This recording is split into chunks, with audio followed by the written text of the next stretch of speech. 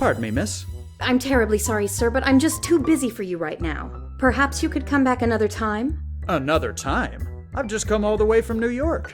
Surely there's something a lovely young lady like you can do to help out a man in need? Look, Buster, I've heard it all before. Like I said, I haven't got time for you at this moment. What seems to be the trouble? Well, not that you'd care, but I need to get these letters written. And seeing as the weekly shipment of supplies has been delayed, I'm forced to do them by hand. You seem very dedicated to your job. I can appreciate that. I am, yes. Mainly because I want to keep it. Now, unless you want to come back here and pick up a pen, I really need to get back to my work. A tempting offer, but I'll have to decline. I'll be back later.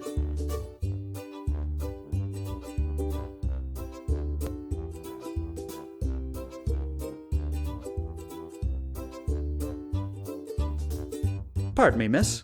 Would this typewriter ribbon be of any use to you? It certainly would. Mine wore out yesterday, and I ordered a replacement, but it hasn't come in yet. Thank you, sir. I greatly appreciate it. This will cut my work time by half at least. My pleasure. Happy to help. Pardon me, miss. What may I do for you, sir? I'd like to see Mr. George Merrick. Take a number. Mr. Merrick is in very high demand. I'm afraid he's not currently seeing walk-ins. Would it be possible to make an appointment to see Mr. Merrick? Certainly. Let me see. Our next available appointment is next June. What? That's preposterous. Mr. Merrick is a very busy man. I think you've made that quite clear. Come now. I helped you out with your typewriter. Now you're just gonna hi-hat me? I don't know how things work down here, but where I'm from, one good turn usually deserves another. Okay. Keep your shirt on. I'll level with you. I'm not going to be able to get you an appointment, but I can tell you that Mr. Merrick keeps an eye out for fresh talent. If you can manage to do something to impress him, he may see you without an appointment. I see. What would you suggest? Well, I'm not sure, but you might be able to get something done at today's land auction. A land auction, you say? Where and when? It's set to start this afternoon, around 2 o'clock. You'll find it at the corner of Granada Avenue and Coral Way. Fantastic. I'll head over there right away. Good luck. Have you got any pertinent information on the Coral Gables development? None I'm allowed to divulge, sir. I'll let you get back to your work. Thank you, sir.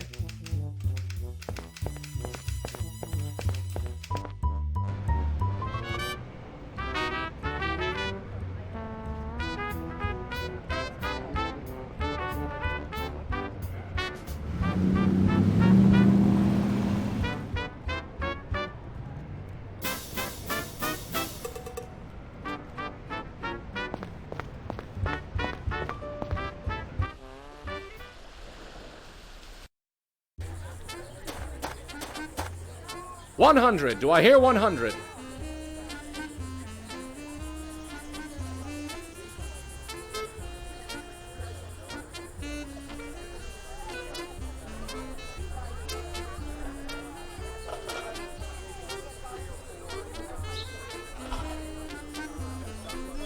Sold. You've made your husband a very happy man, miss.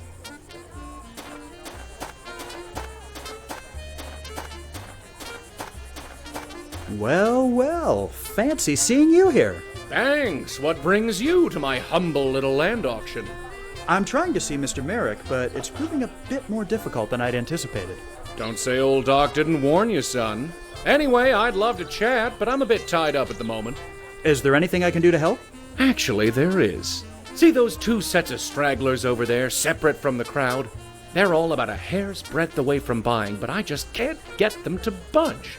Take your pick. If you can convince either set to buy some houses, I just might put in a good word for you back at the sales office. The fellow by himself there seems like he won't take too much effort to convince. If you want a real challenge, you might try the crowd of 5 there. I'll see what I can do. Attaboy. Oh, one more thing before you get started. I know you've got experience in this business, but I want to talk to you about seller intuition. From time to time, you might find yourself needing to persuade someone. You know as well as I do that that's all about finding a person's weakness and bending it to your whim. When you're talking to them, you can use seller intuition to your advantage. It'll give you a clearer read on people and let you figure out what you should play to in order to get them to see things your way. But enough yammering from me. Go and do what you have to do.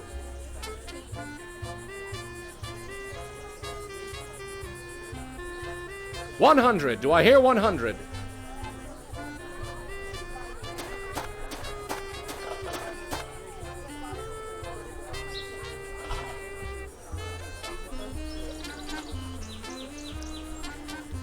You folks look like you're ready to buy some lots. Am I right?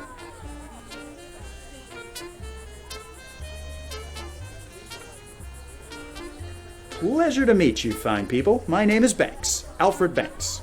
You can call me Alfie.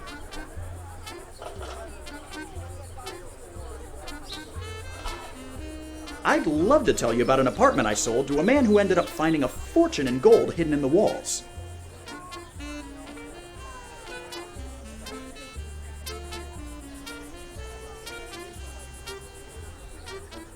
Right then, folks. How about we make some sales?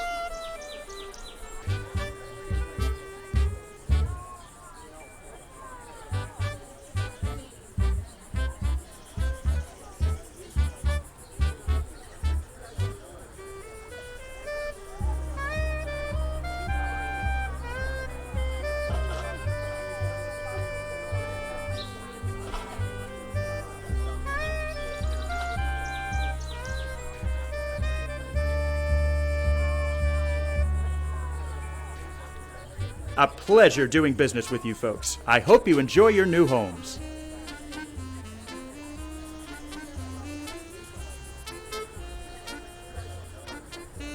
Nice job over there, Banks. You got a real knack for this business.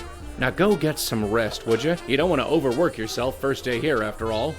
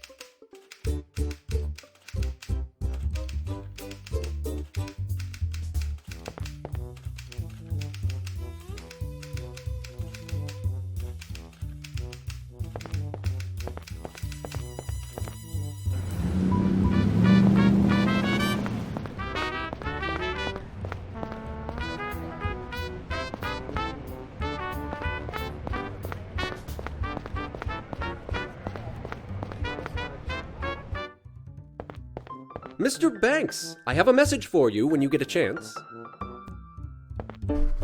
Excuse me. How may I help you, sir?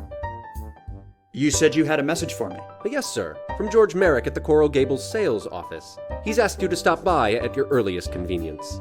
Fantastic. Thank you.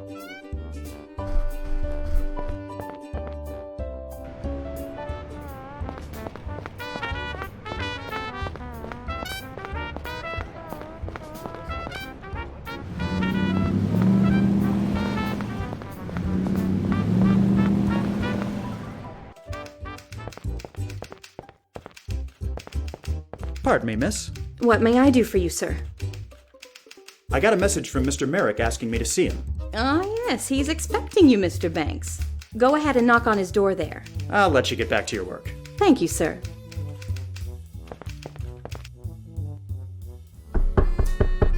Come in. Good afternoon, Mr. Merrick. I'm Alfred Banks. You wanted to see me? Ah, yes, of course, Mr. Banks. Please come in. Make yourself at home.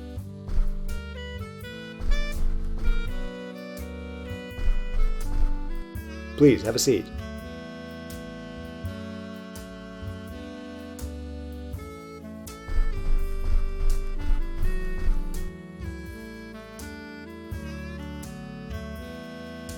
It really is a pleasure to finally meet you, Mr. Merrick. Like I said, my name is Alfred Banks, and I know who you are, Mr. Banks. I was well aware of your father's work up north. It seems apparent that you are eagerly following in his footsteps. You've gotten my attention. Now let's see how serious you really are. I see great potential in you, but a good sales agent needs more than just talent. He needs ability and know-how. I've got those in spades. You're certainly confident, I'll give you that. In any case, I have a few small setbacks which I need to deal with, and I think they would serve as an excellent proving ground for you. Proving ground? Think of it as an extended job interview. I'm all ears. What do you need? I can give you more details as you need them, but currently I'm faced with 3 concerns. The first is a man living on a prime piece of land who is refusing to sell. The second is my need for quality advertising. And the third is getting back some stolen design plans. What about your design plans? I regret to say that a set of design plans was stolen from my office a few weeks ago by a man claiming to want a job interview. In reality, he was a spy, sent from my competitor Orrin Riley's real estate company. Riley still has my plans, but 2 can play his game. Since you're a fresh face in town, I need you to infiltrate his company and take back the plans. I'll have my secretary set up an interview for you later today. And here, take this set of dummy plans and leave it in place of the real ones so Riley doesn't get suspicious. Infiltrate his company? What will that entail exactly? My guess is that Riley will have the plans stored away in his office someplace. You may need to do a bit of searching. Are you comfortable with that? I know it's asking for quite a bit. I think so, sir. I'll do as much as I can within legal means. Of course. I'm not asking you to commit any crimes. After all, you're just taking back something that was already stolen. Think of it as a repossession. What about your need for publicity? Any project, no matter how good it is doomed to fail if nobody knows about it. I've managed to secure some decent advertising, but I feel we need something more. The story of Coral Gables needs to make headlines. I'd like you to head over to the Miami Herald building and see if you can befriend a reporter or two. Having a journalist in our corner would do wonders for our advertising. What's the story with the holdout? There's a stretch of land which is of great interest to me in the area of Anastasia Avenue. Currently, the land is owned by an individual who has no interest in selling it. He's built himself a home there and understandably wants to keep it. Unfortunately, business is business, and I need that land to complete a very important project. I need you to convince the gentleman to sell. I'll just get to it then. I wish you the best of luck. Although, you seem the type who makes his own luck. I have a feeling I can expect great things from you.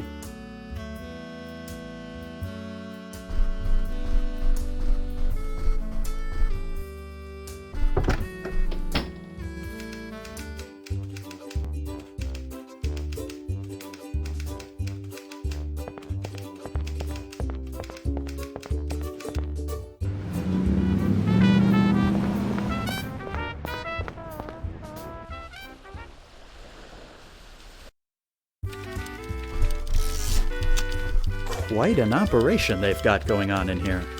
Hello, sir. Let me know if I can help you with anything.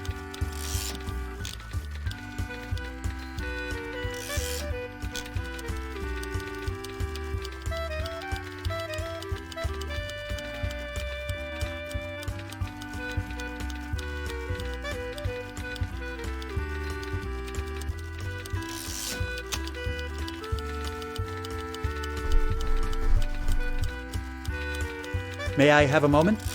You may.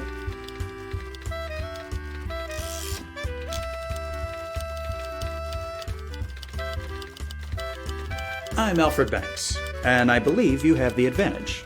Marjorie Stoneman Douglas. Pleasure.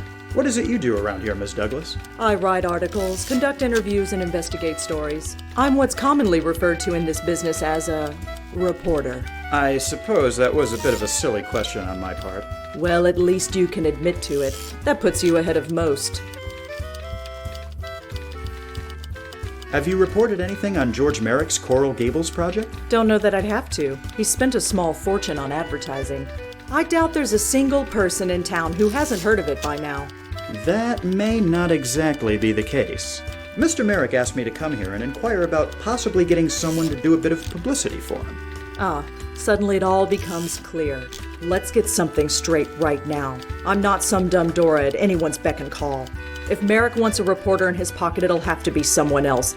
I'm far too busy to find myself on the leash of some land developer and his cronies. Now, let's not be so hasty. I'm sure Mr. Merrick isn't looking for a lapdog, just someone who can provide some help. Maybe we can reach some sort of agreement. Now that you mention it, maybe we can. Okay, I'll help you out if you do me a favor first. Name it. There's a story I've been following, but I've hit a bit of a roadblock. Are you familiar with Jeremiah Miller? Afraid not. Who is he? He's a local politician, county commissioner in fact, very outspoken on the subject of prohibition. I have reason to believe, however, that he's full of hot air. Unfortunately, I've never been able to get close enough to him to see if my hunch is right. So, where do I come in? Miller enjoys spending his time at the Miami Men's Club on Brickell Avenue. I figure if he's going to indulge in any illicit pastimes, that would be his ideal spot. As I am of the fairer sex and therefore not allowed inside, I need someone I can trust to get in there and see if I'm right. And you trust me?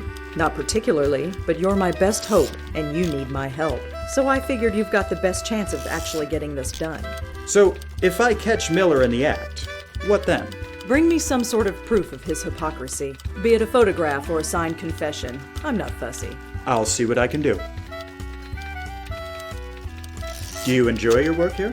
I do, although to be completely frank, it's gotten a bit tedious. Granted, what I'm doing now is much better than what I did when I started, that being the society column. Back then, things were so slow I made up half my stories. It certainly seems like there's a lot going on in town these days. I won't argue with you on that point, but we'll see what the future brings. Maybe I'll take a crack at going out on my own. We've managed to get the vote. I see no reason why a woman can't make a name for herself as a freelance writer. Anything you can tell me about Miami?